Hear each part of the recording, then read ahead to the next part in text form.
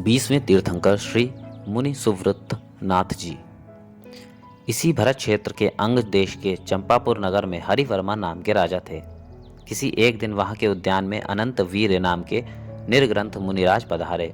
उनकी वंदना करके राजा ने धर्मोपदेश श्रवण किया और तत्क्षण विरक्त होकर अपने बड़े पुत्र को राज्य देकर अनेक राजाओं के साथ संयम धारण कर लिया। उन्होंने गुरु के समागम से 11 अंगों का अध्ययन किया और दर्शन विशुद्धि आदि 16 कारण भावनाओं का चिंतन कर तीर्थंकर गोत्र का बंध किया। चिरकाल तक तपश्चरण करते हुए अंत में समाधि पूर्ण मरण करके प्राणत स्वर्ग में इंद्र हो गए। वहां 20 सागर की आयु थी और उनका 3.5 हाथ का ऊंचा शरीर था। पंच कल्याणक वैभव। इसी भरत क्षेत्र के मगध देश में राजगृह नाम का नगर है। उसमें हरिवंश शिरोमणि काश्यप गोत्रीय सुमित्र महाराज राज्य करते थे। उनकी रानी का नाम सोमा था।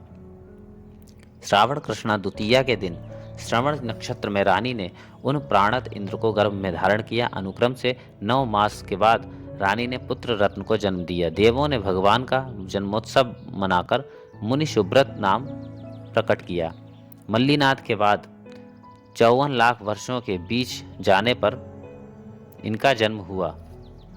इनकी आयु 30,000 वर्ष एवं ऊंचाई 20 धनुष की थी। कुमार काल के 7,500 वर्ष बीत जाने पर भगवान का राज्याभिषेक हुआ। राज्य अवस्था में प्रभु के 15,000 वर्ष बीत जाने पर किसी दिन गरजती हुई घनघटा के समय उनके याग हस्ती ने वन का स्मरण कर खाना पीना बंद कर दिया। उस समय महाराज मुनि सुब्रत नाथ अपने अवध ज्ञान से उस हाथी के मन की सारी बातें जान गए। वे कौतूहल से भरे मनुष्यों के सामने हाथी का पूर्वभव कहने लगे कि यह हाथी पूर्वभव में तालपुर नगर का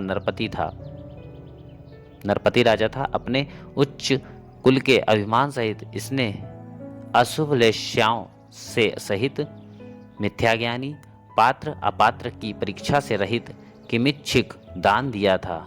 उसके फलस्वरूप यह हाथी हुआ है। इस समय भी यह अपने अज्ञान आदि का स्मरण न करता हुआ वन का स्मरण कर रहा है। इतना सुनते ही उस हाथी को अपने पूर्व भव का स्मरण हो गया और उसने प्रभु से संयम ग्रहण कर लिया। इसी निमित्त से प्रभु को वैराग्य हो गया और लौकांतिक देवों द्वारा पूजा को प्राप्त भगवान अपराजित नामक पालकी पर बैठकर नीलवन में पहुंचे। वहां बेला के उपवास का नियम लेकर वैशाख कृष्ण दशमी के दिन श्रवण नक्षत्र में सायंकाल के समय 1000 राजाओं के साथ दीक्षित हो गए। उनकी प्रथम पारणा का लाभ राजगृह नगर के राजा वृषभसेन को प्राप्त हुआ था।